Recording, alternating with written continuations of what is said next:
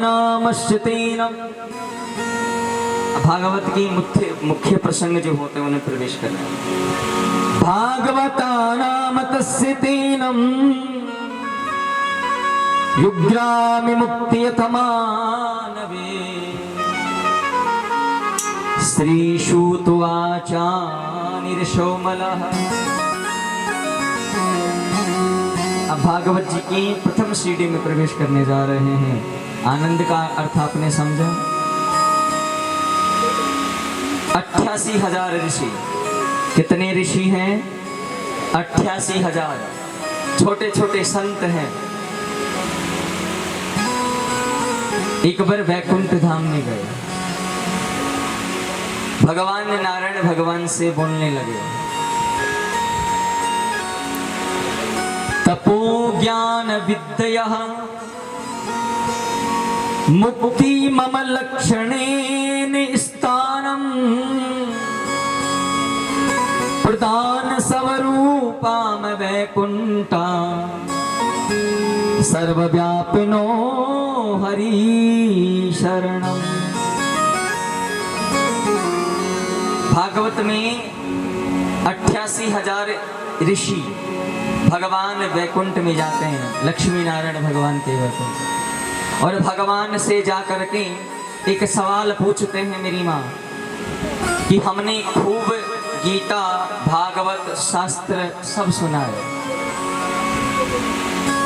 लेकिन अभी तक हमारी जो मुक्ति है, हमें जो मोक्ष है, वो शांति है, वो नहीं मिली। तो आप कोई ऐसा स्थान बताओ जहां हम बैठ करके भगवान का भजन कर सके, भगवान का गुणगान कर सके। भगवान विष्णु ने कहा कि आप चिंता न करें, आपको एक ऐसा स्थान दिया जाएगा जहां बैठकर आप हरि का नाम जाप कर सकते हो।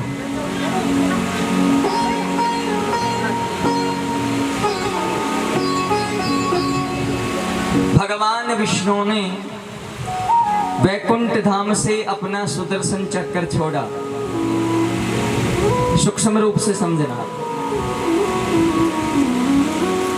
और सब ऋषियों से कहा कि देखो, आप इस सुदर्शन चक्र के पीछे पीछे पीछे चले जाओ।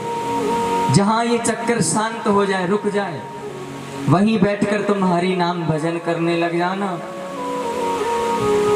सभी ऋषि भगवान विष्णु की सुदर्शन चक्र के पीछे पीछे चलने लगे। अब यूपी के अंदर एक सीतापुर नाम का जिला है। कहाँ? यूपी के अंदर। और वहां एक वन है। आरण्य का अर्थ होता है वन। उस वन में जाकर के भगवान विष्णु का वो सुदर्शन चक्र इस तरह हो गया, रुक गया।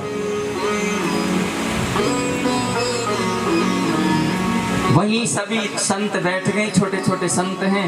और पता ही संत कैसे हैं? इनकी जो उम्र आयु है कई हजार वर्ष हैं, लेकिन दिखते कैसे जैसे कोई 5 वर्ष का बालक बैठा हो। ऐसे संत, अद्भुत संत, छोटे छोटे 88,000।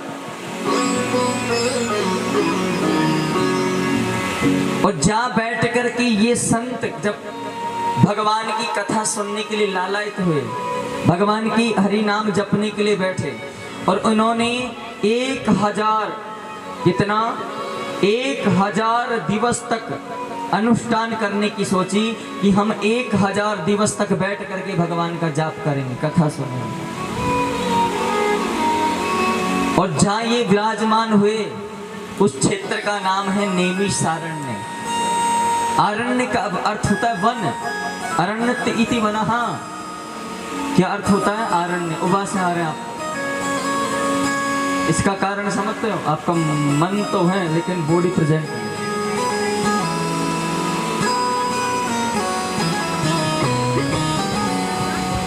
कुंभकर्ण की पत्नी का नाम है निद्रा देवी। 162 मास। तो कुंभकर्ण की पत्नी सोचती है मेरे पति तो सोते रहते हैं, 162 मास 6 महीने सोता है, तो मैं बात किससे करूं? जो भगवत में जो कथा सुनने वाले होते हैं अगर तुम्हारा ध्यान जरा सा टूट गया ना यहाँ से, तो तुरंत अटैक करती है कि भाई मेरा पति तो सो रहा है, मैं किसी से तो बात करूं। इसलिए जो व्यक्ति आलस से रहित हो जाता है, मन अंदर से बुद्धि मन हट जाता है कथा में से, तुरंत निद्रा देवी आकर अटैक करती हैं। और नींद का पहला लक्षण है उबास है। क्या लक्षण है? उबास। इसलिए सावधान हो जाइए, समय बहुत कम है।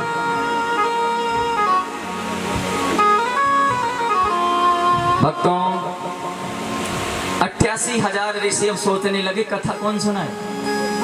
उसी समय सूत जी महाराज, लोमश ऋषि के पुत्र श्री सूत जी महाराज का आवागमन होता है। स्वागतम तेन नमस्तुभ्यम ब्रह्मण किमो कर्मावते ब्रह्म ऋषीणां तपः साक्षात् मन्ये त्वारे वपुर्धरो। एक बाल संत का उस सभा में प्राकट्य होता है, और वो संत कोई और नहीं श्री सूत जी महाराज हैं। सूत जी महाराज को आसन दिया गया, और आसन दे करके जितने वहां ऋषि बैठे थे, उन ऋषियों ने एक प्रश्न पूछा। और प्रश्न पता है क्या पूछा है?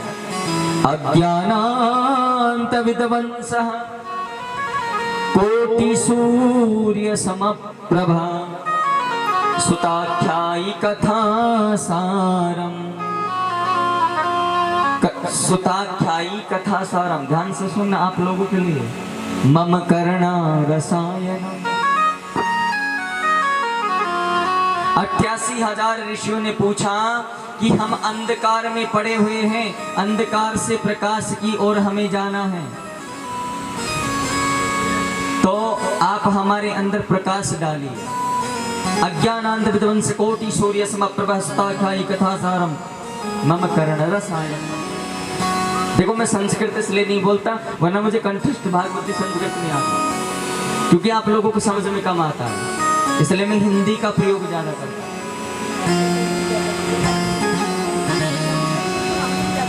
सुताख्यायी कथा सारम तत्बोधनम मम श्रुण्यते। अब सूत जी महाराज से पूछने लगे कि कलयुग के अंदर इंसान के पास टाइम कम है, जल्दी से जल्दी मुक्ति देने वाला साधन कौन सा है? संसार में जीव आलस से रहित हो चुके हैं, पापी हो चुके हैं, इनका कल्याण कैसे होगा? और हमें भगवान से मिलना है। किससे मिलना है? ठाकुर से मिलना है।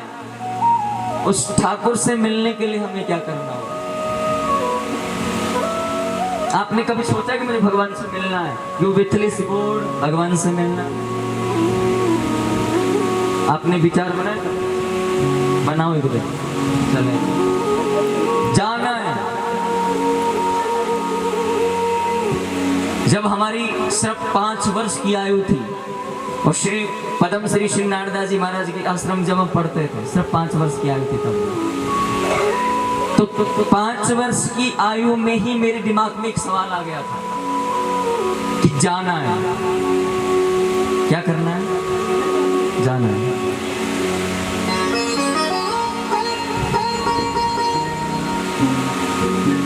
अगर आप लोगों के मन में ये जिस दिन प्रश्न उठ गया ना कि मुझे जाना है, गारंटी है आप अगर 100% पाप करते हो ना, उस दिन से आपके 20-25% ही पाप करने लगोगे। प्रेम से बोलना पड़ेगा।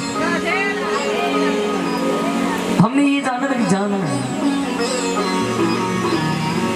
हंस जब जब उड़ा अकेला उड़ा ना अकेला। अच्छा, भगवान से कैसे मिले? भगवान से कैसे मिले बताओ?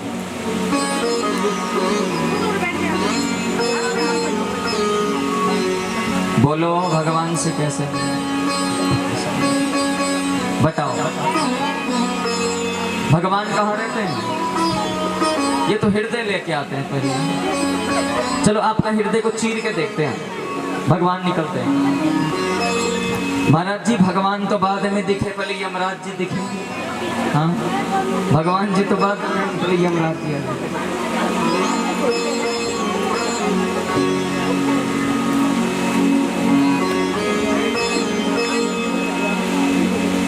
भगवान कहाँ है?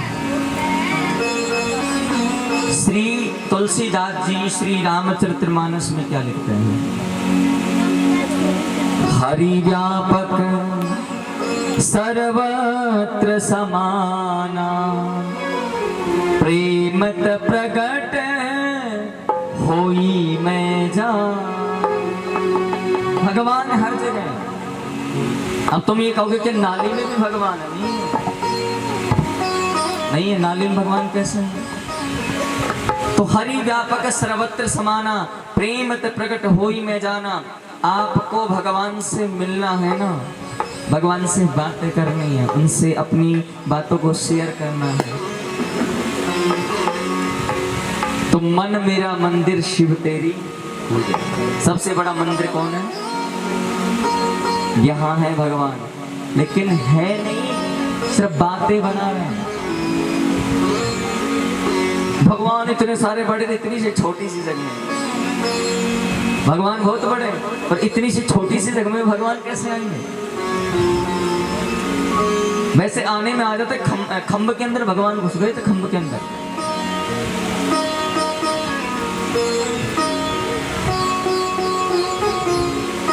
फर्क इतना है। अच्छा ये बताओ, अभी फर्क निकल जाएगा। भगवान भक्त भगवान बड़े या विश्वास बड़ा? पक्का भगवान बड़े नहीं है, भगवान छोटे हैं। मतलब भगवान छोटे हैं। कौन कौन सहमत इस चीज से कि भगवान छोटे हैं? बोलो, पीछे वाली मैयाओं बताओ, भगवान छोटे हैं क्या? अच्छा, भगवान छोटे हैं या विश्वास छोटा है? भगवान छोटे हैं और विश्वास बड़ा है।